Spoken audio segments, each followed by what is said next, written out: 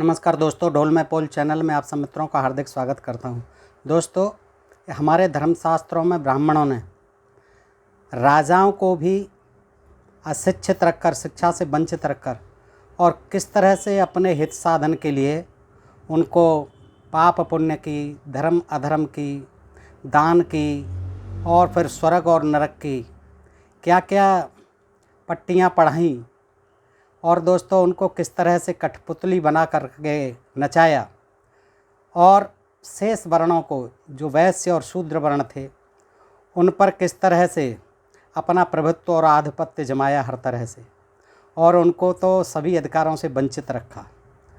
क्षत्रिय राजा होते थे और राजाओं से ही इनका हित साधन होता था, जीविका चलती थी।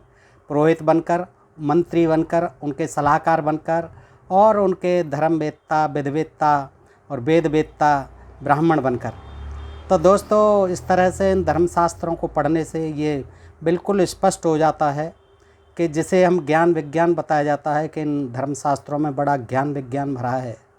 तो दोस्तों, यही ज्ञान विज्ञान भरा हुआ है कि किस तरह से ये इन प्रकारेण ब्राह्मणों को जो है अपना बैठे बिठाए खाने को मिलता रहे, उनकी आजीविका मज़े से चलती रहे, और उसके लिए उन्होंने धर्म को राजनीति से जोड़ दिया, धर्म को ही आधार बना दिया और धर्मवेत्ता, धर्म संचालक खुद बन बैठे। और भोले राजाओं को भी, क्षत्रियों को भी, वैश्यों को और ब्राह्मणों, वैश्यों और शूद्रों के साथ शिक्षा से वंचित रहकर अपने यह धर्म विज्ञान पढ़ाते रहे दोस्तों, और अपने मज़े करते रहे। ये मैं नहीं कहता दोस्तों, ये सारे शास्त्र कहते हैं, आप पढ़ करके देख लीजिए। और जब हम पढ़ते हैं शांति पर्व को, इसमें महाभारत है, ये द्वितीय खंड दोस्तों, गीता प्रेस गोरखपुर है। क्योंकि हमने और आपने पहले पढ़ा नहीं कभी, हमारे पूर्वज शिक्षा से वंचित रहे, तो उन्हें पता नहीं था, और आप लोगों में से भी आज बहुतों ने नहीं पढ़े हैं ये धर्म ग्रंथ, तो आपको भी नहीं पता है कि इन धर्म ग्रंथों में कौन सा ज्ञान विज्ञान है। दोस्तों, मैं इनको लगभग 20 साल से पढ़ रहा हूँ, सूक्ष्म अध्ययन कर चुका हूँ, करता रहता हूँ, आज भी करता हूँ इनका अध्ययन। तो दोस्तों, मुझे ये लगता है कि इन प्राचीन कालीन ब्राह्मणों ने, आज के ब्राह्मणों के लिए तो मैं नहीं कहूँगा, आज के ब्राह्मण तो आपने देखा सुरेंद्र कुमार शर्मा अज्ञात जी जैसे बड़े विद्वान ब्राह्मण हैं, वैज्ञानिक ब्राह्मण हैं आज, और ब्राह्मण सोच, जो वैज्ञानिक सोच रखते हैं, उनकी सोच अब बदल भी रही है। तो दोस्तों, उनमें से कुछ ही ब्राह्मण जो है इन चीज़ों का आज भी अंधा अनुकरण करते हैं, उनमें कथावाचक आदि हैं जो आज भी इन धर्मशास्त्रों का बखान करके अपना हित साधन कर रहे हैं और अपना धर्म धंधा चलाए हुए हैं दोस्तों। तो देखिए दोस्तों, महाभारत के अंदर, महाभारत हो चुका है, सब मर चुके हैं, गिने चुने थोड़े से लोग रह गए हैं, जैसे अर्जुन हैं, सभी पांडव हैं, श्री कृष्ण जी हैं आदि कुछ जो है रह गए हैं, और भीष्म जी सरसैया पर पड़े हुए हैं। और भीष्म जी युधिष्ठिर को जब युधिष्ठिर आदि सभी पांडव मिलने आते हैं तो उनसे जो है फिर राजधर्म पूछते हैं, क्योंकि युधिष्ठिर चाहते हैं कि अब मैं राजा बनूं, और भीष्म जी भी कहते हैं कि अब आप जो है शासन संभालिए। अब शासन कहाँ से संभालेंगे, सभी तो मर चुके हैं, क्या संभालेंगे शासन। फिर भी वो सरसैया पर पड़े हुए हैं, उन्हें भी कुछ समय मिला हुआ है, उनके वरदान के हिसाब से उन्हें जीवित रहना था थोड़े दिन, तो वो राज धर्म जो है सिखाते हैं युधिष्ठिर को, और युधिष्ठिर जो उनसे पूछते हैं।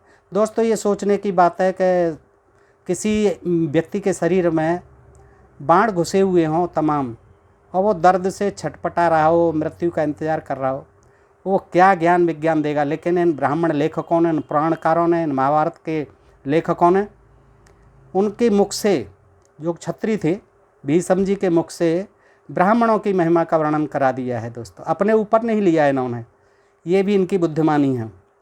जो कुछ है ब्राह्मणों का है, लेकिन ये भीष्म जी के मुँह से, क्षत्रियों के मुँह से कहलवा दिया गया है ताकि उसको वजनदार माना जाए।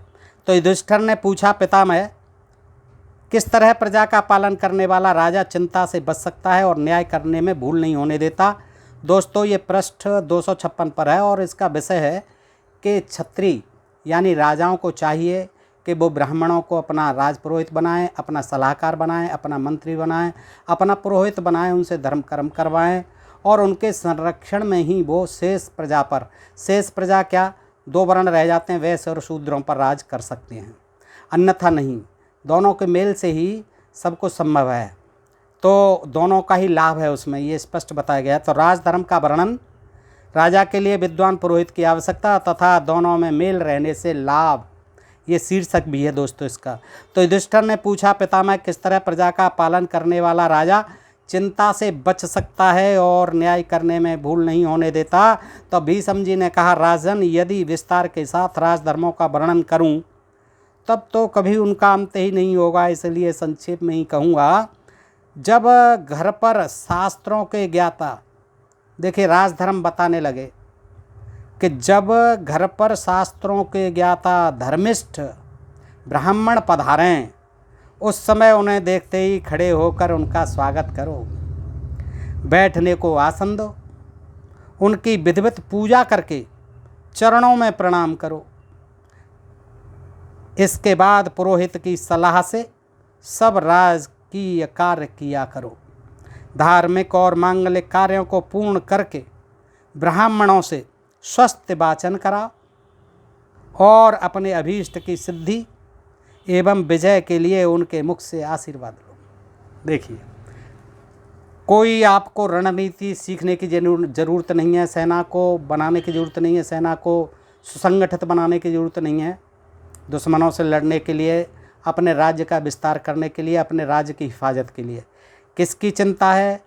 भीष्म जी को भी, कि अगर ब्राह्मण आ जाएं तो उनका खड़े होकर के एकदम प्रणाम करो, उनका स्वागत करो, बैठने को आसन दो और फिर उनकी सलाह से ही सब राजकीय कार्य करो। जैसे कि वो तो पॉलिटिक्स के बड़े विधाता थे, ज्ञाता थे, स्पेशलिस्ट थे सारे पुरोहित। तो ये जो है उन्होंने बताया कि धार्मिक और मांगलिक कार्यों को पूर्ण करके ब्राह्मणों से स्वस्थ वाचन कराओ और आप अभीष्ट की सिद्धि एवं विजय के लिए उनके मुख से आशीर्वाद लो।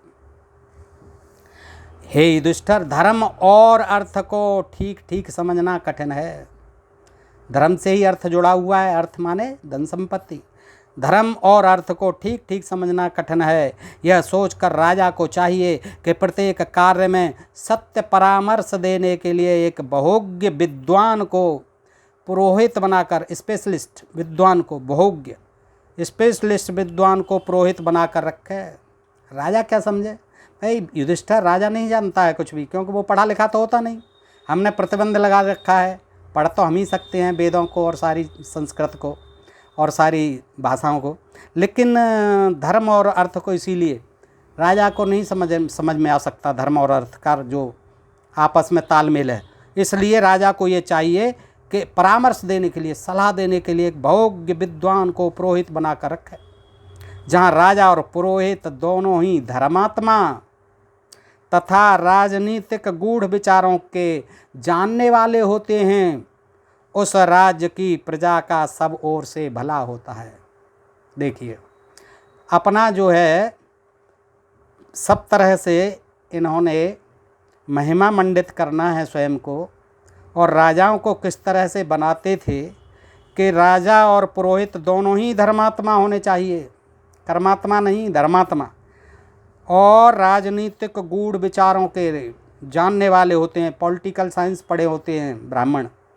उस राज्य की प्रजा का सब ओर से भला होता है यदि दोनों धर्म पर आस्था रखने वाले और एक दूसरे के विश्वास पात्र हों, अत्यंत तपस्वी और परस्पर हितैषी हों, दोनों के हृदय, दोनों के विचार एक से हों, तो वे अपनी प्रजा को, यानी प्रजा कौन हो गई? वैश्य और शूद्र, प्रजा को उन्नतशील बनाते और देवताओं तथा पितरों को भी तृप्त करते हैं। हमारे पितर भी तृप्त होते रहते हैं और देवताओं की भी, क्योंकि धरती के देवता ब्राह्मण ही होते हैं। तो देवता भी खुश, ब्राह्मण देवता भी खुश और पितर भी खुश। यदि ब्राह्मण पुरोहित और क्षत्रिय राजा दोनों में परस्पर सद्भाव हो तो प्रजा को सुख मिलता है। प्रजा को कहाँ सुख मिलता है? ब्राह्मणों को सुख मिलता है। राजाओं से दान लेते हैं, यज्ञ कराते हैं, खूब माल खींचते रहते हैं। प्रजा से क्या लेना देना? अपना जो है आप अपना हित साधते हैं, और दोनों में यदि वैमनस्य हो तो प्रजा का सर्वनाश हो जाता है। इस विषय में राजा पुरुरवा और महर्षि कश्यप का संवाद रूप एक प्राचीन इतिहास है, उसे सुन लो। ये संवाद है महर्षि कश्यप का और राजा पुरुरवा का। तो राजा पुरुरवा ने पूछा कि जब ब्राह्मण और क्षत्रिय दोनों एक दूसरे का परित्याग कर दें, छोड़ दें एक दूसरे को, तो दूसरे वर्ण के लोग यानी वैश्य और शूद्र वर्णों के लोग किसको प्रधान समझें, क्षत्रिय को या ब्राह्मण को, और प्रजा यानी वही लोग वैश्य और शूद्र किसका पक्ष लें। तो कश्यप ने कहा, कश्यप ब्राह्मण थे, राजन जहाँ ब्राह्मण क्षत्रिय से विरोध करता है वहाँ क्षत्रिय का राज्य नष्ट हो जाता है। ब्राह्मण से तो बैर करना ही नहीं है, नहीं तो क्षत्रिय का राज ही नष्ट हो जाएगा। जब क्षत्रिय ब्राह्मण को त्याग देते हैं तो उनका वेदाध्ययन रुक जाता है, वेद नहीं पढ़ पाते हैं, उनके पुत्रों की वृद्धि नहीं होती, वंश वृद्धि नहीं होती, उनके घर में न दधिमंथन होता है। दधिमंथन आप समझते हैं, दही नहीं चलता है उनके घर में, मक्खन नहीं निकलता है उनके घर में, घी पैदा नहीं होता है, दधिमंथन नहीं होता है, न यज्ञ होते हैं, न उनके बालक वेदाध्ययन कर पाते हैं राजाओं के। ब्राह्मणों का प्रत्याख्यान करने वाले क्षत्रियों के घर धन की बढ़ती नहीं होती।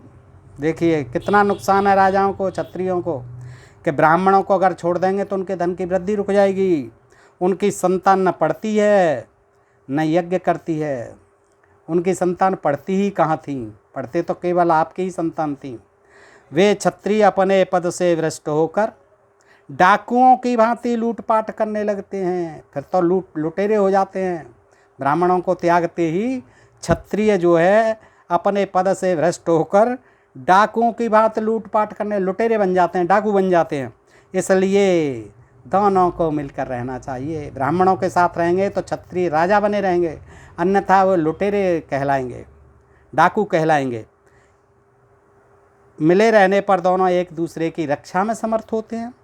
ब्राह्मण क्षत्रिय की रक्षा करते हैं, और क्षत्रिय जो है ब्राह्मणों की रक्षा करते हैं, एक दूसरे की रक्षा में समर्थ होते हैं। ब्राह्मण की उन्नति का आधार क्षत्रिय होता है, बिल्कुल होता है, और क्षत्रिय के अभ्युदय का आधार ब्राह्मण। दोनों जातियां जब एक दूसरे, देखिए दोनों जातियां जब एक दूसरे के आश्रित रहती हैं, सहारे रहती हैं, तो इनका विशेष गौरव बढ़ता है। और यदि इनकी प्राचीन काल से चली आती हुई मैत्री टूट जाती है, उन्हें याद आ जाता है कि परशुराम ने मार दिया था हमारे पुरखों को, 21 बार जो है भूमि क्षत्रिय विहीन कर दी थी। विपुल वार महे देव नदीनी भुजबल भूमि भूप बिनु कीनी। जब क्षत्रियों को अगर याद आ जाता है कि हमको तो विहीन कर दिया था पृथ्वी से, तो उनकी मैत्री कभी कभी टूट भी जाती है, तो सब कुछ नष्ट हो जाता है क्षत्रियों का। चारों वर्णों की प्रजा पर मोह छा जाता है, उसे अपना कर्तव्य नहीं सूझता है, इससे वह नष्ट होने लगती है, प्रजा जो है नष्ट होने लगती है। ब्राह्मण रूपी वृक्ष यदि सुरक्षित रहे, ब्राह्मण रूपी वृक्ष यदि सुरक्षित रहे तो वह सुख और सुवर्ण की वर्षा करता है, फलों की वर्षा नहीं करता, सोने की। ब्राह्मण रूपी वृक्ष यदि सुरक्षित रहे तो सोने की वर्षा करता है, सुख की वर्षा करता है।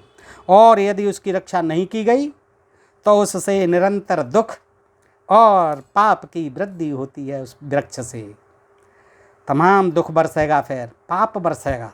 जहाँ ब्रह्मचारी ब्राह्मण लुटेरों के उपद्रव से विवश हो, वेद की शाखा के स्वाध्याय से वंचित और उसके लिए अपनी रक्षा चाहता है, फिर भी कोई रक्षक न होने के कारण उसकी रक्षा असंभव हो जाती है, तब देश में पानी नहीं बरसता। वेद से विहीन हो जाते हैं जब किसी कारण ब्राह्मण वेद नहीं पढ़ पाते हैं, किसी भय से नहीं पढ़ पाते हैं, तो क्या होता है, उनकी रक्षा नहीं हो पाती है, तो देश में पानी नहीं बरसता है और महामारी फैलती है और अकाल आदि दुसह उपद्रव बढ़ जाते हैं। देखिए, इसलिए राजाओं को विशेष ध्यान देना चाहिए कि महामारी से बचें, दुर्भिक्ष से बचें और पानी नहीं बरसे इससे बचें, तो ब्राह्मणों को खुश रखें। जैसे सूखी लकड़ियों के साथ मिली होने से गीली लकड़ी भी जल जाती है, उसी तरह पापियों के संपर्क में रहने से धर्मात्माओं को भी उनके समान दंड भोगना पड़ता है। ब्राह्मण क्षत्रिय में परस्पर वैमनस्य होने पर, परस्पर वैमनस्य शत्रुता होने पर, मनमुटाव होने पर प्रजा को दुसह दुख उठाना पड़ता है। पक्की बात है, इसमें कोई शक नहीं। इन सब बातों को समझ बूझ कर राजा को एक बहुज्ञ पुरोहित बना ही लेना चाहिए। एक ब्राह्मण तो जरूर ही पुरोहित बना लेना चाहिए जो विशेषज्ञ हो। अपना राज्याभिषेक होने के पहले ही पुरोहित का वर्ण कर लेना श्रेष्ठ है, क्योंकि धर्म के अनुसार ब्राह्मण सबसे श्रेष्ठ है। देखिए, यही धर्म है, ब्राह्मण ही श्रेष्ठ है, सबसे श्रेष्ठ है। धर्म भी यही है क्योंकि धर्म के अनुसार ब्राह्मण सबसे श्रेष्ठ है। वेद वेत्ता विद्वानों का कहना है कि सबसे पहले ब्राह्मण उत्पन्न हुए हैं, सबसे पहले ब्राह्मण उत्पन्न हुए हैं, इसलिए वे सब वर्णों से ज्येष्ठ, सम्माननीय तथा पूजनीय हैं।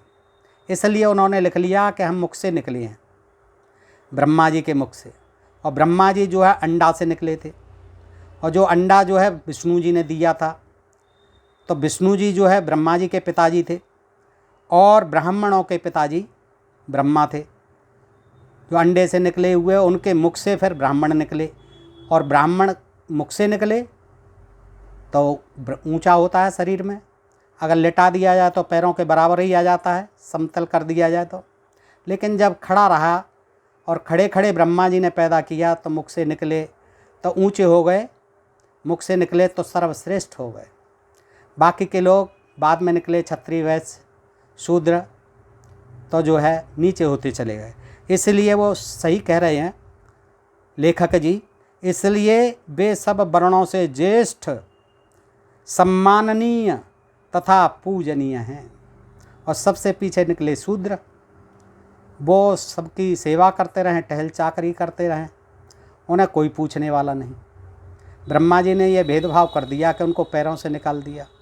अरे सभी को मुख से ही निकाल देते तो क्या दिक्कत थी। यही नहीं, वे प्रत्येक वस्तु को पहले भोगने के अधिकारी हैं। ये भी देखो, प्रत्येक वस्तु को, कोई भी वस्तु हो दुनिया की, सबसे पहले भोगने के अधिकारी ब्राह्मण ही हैं, राजा नहीं, क्षत्रिय नहीं, वैश्य नहीं, शूद्र को कौन पूछता है।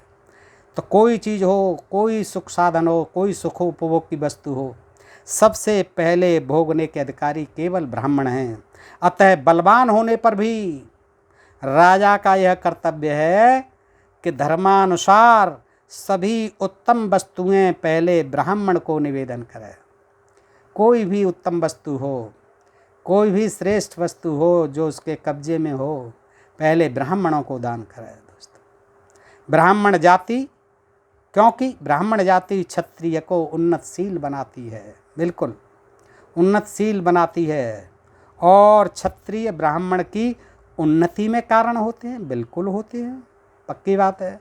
आपको धन देंगे, दान देंगे, सोना देंगे, चांदी देंगे, गाय देंगे, भूमि देंगे, मंदिर बनवाएंगे आपके लिए, तो आपकी उन्नति तो होती ही रहेगी राजाओं के कारण, क्षत्रियों के कारण।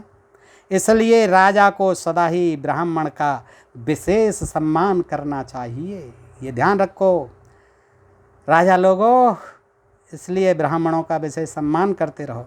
भीष्म जी आगे कहते हैं कि युधिष्ठिर, राज्य की वृद्धि और रक्षा राजा के अधीन है, और राजा का अभ्युदय तथा संरक्षण पुरोहित के। जहाँ ब्राह्मण अपने तेज से प्रजा का अदृष्ट भय दूर करता है, अपने तेज से प्रजा का भय दूर कर देता है अपने तेज से, और राजा अपने बाहुबल से उसके प्रत्यक्ष भय का निवारण करता है, उस राज्य में सुख और शांति बढ़ती है। इस विषय में लोग राजा मुचकंद और कुबेर के संवाद रूप एक प्राचीन इतिहास का उदाहरण दिया करते हैं। एक बार महाराज मुचकुंद ने सारी पृथ्वी पर विजय पाकर अपने बल की परीक्षा करने के लिए अलकापति कुबेर पर चढ़ाई कर दी। यह देखकर कुबेर ने उनका सामना करने के लिए राक्षसों की सेना भेजी। राक्षसों ने मुचकुंद की सेना का संहार आरंभ किया। यह देख मुचकुंद अपने विद्वान पुरोहित वशिष्ठ जी से वशिष्ठ को कोसने लगा। तब वशिष्ठ ने अपने उग्र तप के प्रभाव से उन राक्षसों का नाश कर दिया। देखिए वशिष्ठ ने जो है अपने तप के प्रभाव से ही राक्षसों का नाश कर दिया, मुचकुंद राजा को कुछ नहीं करना पड़ा। तब कुबेर ने राजा मुचकुंद के पास आकर कहा, राजन, पहले भी तुम्हारे समान बलवान राजा हो चुके हैं और उन्हें भी पुरोहितों से सहायता प्राप्त थी, परंतु मेरे साथ तुम जैसा बर्ताव कर रहे हो वैसा किसी ने नहीं किया। किसी का मुझ पर आक्रमण नहीं हुआ। वशिष्ठ का मुझ पर आक्रमण कैसे हो गया? महाराज, यदि तुम्हारी भुजाओं में कुछ बल हो तो उसे दिखाओ। ब्राह्मण बल पर इतना क्यों इतरा रहे हो? कुबेर की बात सुनकर मुचकुंद ने उत्तर दिया। क्या कहा? अलकापते ब्राह्मण और क्षत्रिय दोनों को ही ब्रह्मा जी ने उत्पन्न किया है। देखिए क्या ज्ञान दे रहे हैं। कुबेर की बात सुनकर मुचकुंद ने, राजा मुचकुंद कहते हैं कि ब्राह्मण और क्षत्रिय दोनों को ब्रह्मा जी ने उत्पन्न किया है। अब वैसे शूद्रों को तो उत्पन्न किया ही नहीं, केवल दोनों को किया है। दोनों का मूल एक है, यानी ब्रह्मा। ब्राह्मणों में तप और मंत्र का बल होता है और क्षत्रियों में अस्त्र और भुजाओं का। उसका बल और प्रयत्न अलग अलग हो जाएं तो वे संसार की रक्षा नहीं कर सकते। अतः दोनों को एक साथ रहकर ही प्रजा की रक्षा करनी चाहिए। मैं भी इस नीति के अनुसार कार्य कर रहा हूँ, फिर आप क्यों मुझ पर आक्षेप करते हैं? मैं भी ब्राह्मण देव के साथ उनका सहायता लेकर के ही राजकाज कर रहा हूँ और इसीलिए आपकी राक्षस की सेना को वशिष्ठ जी ने हरा दिया।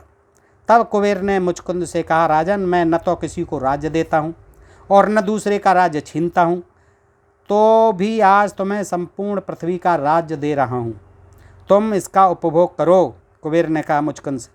उनके ऐसा कहने पर मुचकुंद ने कहा, महाराज, मैं आपका दिया हुआ राज्य नहीं चाहता, मैं तो अपने बाहुबल से जीते हुए राज्य का ही उपभोग करूँगा। अब तो भीष्म जी कहते हैं, मुचकुंद को इस प्रकार क्षत्रिय धर्म से अटल देख कुबेर को बड़ा विस्मय हुआ। इसके बाद राजा मुचकुंद अपनी राजधानी में लौट आए और छात्र धर्म का पालन करते हुए अपनी भुजाओं के बल से प्राप्त हुई पृथ्वी का राज करने लगे। जो धर्मज्ञ राजा इस प्रकार पहले ब्राह्मण का आश्रय लेकर उसकी सहायता से राज कार्य में प्रवृत्त होता है, वह बिना जीती हुई पृथ्वी को भी जीत कर महान यश का भागी होता है। ब्राह्मण को सदा संध्या बंदन तर्पण आदि अपने कर्म में संलग्न रहना चाहिए। इसी प्रकार क्षत्रिय को भी सदा शस्त्र विद्या का अभ्यास बढ़ाना चाहिए। संसार में जो कुछ है वह सब इन्हीं दोनों के अधीन है। यानी ब्राह्मण तो केवल लगे रहें भजन पूजा में और क्षत्रिय जो है लगे रहें अपने धनुष बाण सीखने में, मरने मारने के लिए। बस इसी में ही हम दोनों का कल्याण है। युधिष्ठिर ने पूछा, पितामह, राजा का व्यवहार कैसा होना चाहिए जिससे वह प्रजा को नतशील बनावे और स्वयं भी पुण्य लोकों पर अधिकार प्राप्त करे? तो भीष्म जी ने कहा, कुंती नंदन, राजा को सदा ही दान, यज्ञ, उपवास और तपस्या आदि शुभ कर्मों का अनुष्ठान करते हुए धर्म पूर्वक प्रजा का पालन करते रहना चाहिए। बस धर्म करते रहो, दान देते रहो, यज्ञ कराते रहो, उपवास करते रहो। राजा का यही काम है। सेना का संचालन करना, सेना को ट्रेनिंग देना, नए सैनिकों की भर्ती करना, अस्त्र शस्त्र का संचालन सिखलाना, अस्त्र शस्त्रों का बनवा निर्माण करना, ये नहीं होना चाहिए। भजन पूजा करते रहो, यज्ञ करते रहो, तो मौज लेते रहो। राजा का काम यही है। यही हमारे शास्त्रों का ज्ञान है, यही हमारी सेना का ज्ञान था, राजाओं का ज्ञान था। खड़े होकर यदि धार्मिक पुरुष घर पर आ जाएं, यानी धार्मिक पुरुष वही ब्राह्मण घर पर आ जाएं, तो खड़ा होकर उनका स्वागत और धन आदि देकर सत्कार करे, ये न भूल करे। क्योंकि जब राजा धर्म का आदर करता है तो देश में भी सर्वत्र उसका आदर होता है राजा का। राजा जैसा काम करता है प्रजा भी वैसा ही करना पसंद करती है। वो भी तो फिर दाम देगी, वो भी तो ब्राह्मणों का आदर करेगी। जब राजा कर रहा है तो प्रजा भी करेगी। राजा को चाहिए कि वह शत्रुओं को यमराज की भांति दंड देने के लिए सदा तैयार है। दोस्तों, मैं अपनी तरफ से कुछ भी नहीं कह रहा हूँ, ये जो लिखा हुआ है बिल्कुल सही कह रहा हूँ, अक्षर से वही पढ़ रहा हूँ। राजा को चाहिए कि वह शत्रुओं को यमराज की भांति दंड देने के लिए सदा तैयार रहे। शत्रु कौन? जो ब्राह्मण बता दें कि ये शत्रु है हमारा, तो इसको दंड देने के लिए तैयार रहे और डाकुओं को सब ओर से पकड़वा कर मार दे। जैसे कि मनुस्मृति को बताया जाता है, नीति विधान, विधि विधान, उसमें सारा दंड विधान और भी तमाम स्मृतियों में दंड विधान लिखा हुआ है। तो दोस्तों, ब्राह्मणों ने जो है दंड विधान बनवा दिया, राजा से पालन करवाते थे। कहते कि मारो दुष्टों को, जो हमारा नहीं माना उसको दुष्ट समझो और दुष्ट को, राक्षसों को मारो। स्नेह या स्वार्थवश किसी दुष्ट के अपराध को क्षमा न करे कभी राजा, स्नेहवश या उस पर कभी स्नेह न करे, और किसी स्वार्थ से भी किसी दुष्ट के, अब दुष्ट आप समझ लें कौन होंगे दोस्तों, राजा के द्वारा भली भांत रक्षित होकर प्रजा जो कुछ धर्म स्वाध्याय दान हवन और पूजन आदि कर्म करती है उसका 1/4 फल राजा को मिलता है। यदि वह प्रजा की रक्षा नहीं करता तो उस दशा में उसके राज्य के भीतर जो कुछ पाप होता है उसका 1/4 फल भी उसे ही यानी राजा को ही भोगना होता है। कुछ लोगों का मत है कुछ अवस्था में राजा को प्रजा के पूरे पाप का भागी होना पड़ता है और किन्हीं के मत में उसको आधा पाप लगता है। ऐसा राजा क्रूर और मिथ्यावादी समझा जाता है। अब हम इस उपाय का वर्णन करते हैं जिससे राजा को ऐसे पापों से छुटकारा मिल सकता है। यदि चोरों ने किसी का धन चुरा लिया हो और राजा उसका पता लगाकर लौटा लाने में असमर्थ हो तो अपने खजाने से उतना धन प्रजा को दे दे। अगर यह भी न दे सके तो रियासत के प्रधान कर्मचारियों से चंदा लेकर दे, जिसके घर चोरी हो जाए उसकी भरपाई करे। ब्राह्मण के समान ही उसके धन की भी रक्षा करना, ब्राह्मण के समान जैसे ब्राह्मण की रक्षा करते हैं क्षत्रिय लोग, उसी तरह उसके धन की भी रक्षा करना सब वर्णों का कर्तव्य है, केवल राजा का ही नहीं सब वर्णों का कर्तव्य है। जो ब्राह्मणों को कष्ट पहुंचाता हो उसे अपने राज्य में नहीं रहने देना चाहिए। आ गई वही बात, देखो जो कष्ट पहुंचाए कोई भी हो चाहे, राजा को तुरंत उसका देश निकाला दे देना चाहिए। ब्राह्मणों की कृपा होने से राजा कृतार्थ हो जाता है, धन्य धन्य हो जाता है। जैसे सब प्राणी मेघों के यानी बादलों के और पक्षी वृक्षों के सहारे जीवन निर्वाह करते हैं, वैसे ही सब मनुष्य राजा के आश्रित हो जीवन धारण करते हैं। जो राजा कामी क्रूर और लोभी होता है वह प्रजा का पालन नहीं कर सकता। इस तरह से आपने देखा दोस्तों कि किस तरह से जो है क्षत्रियों को अपना जो है विज्ञान पढ़ाते थे कि किस तरह से आप और हम सुखी रहेंगे दोस्तों। बाकी शेष प्रजा यानी वैश्य और शूद्रों को हम किस तरह से संचालित कर सकते हैं, उन पर हम किस तरह से शासन कर सकते हैं। दोस्तों आज के लिए इतना ही। अगर आपको ये प्रसंग अच्छा लगे तो बताएं और दोस्तों को शेयर करें और अपने प्रिय चैनल ढोल में पोल को सब्सक्राइब करते रहें। आपका बहुत बहुत आभार, नमस्कार, जय हिंद, जय भारत दोस्तों।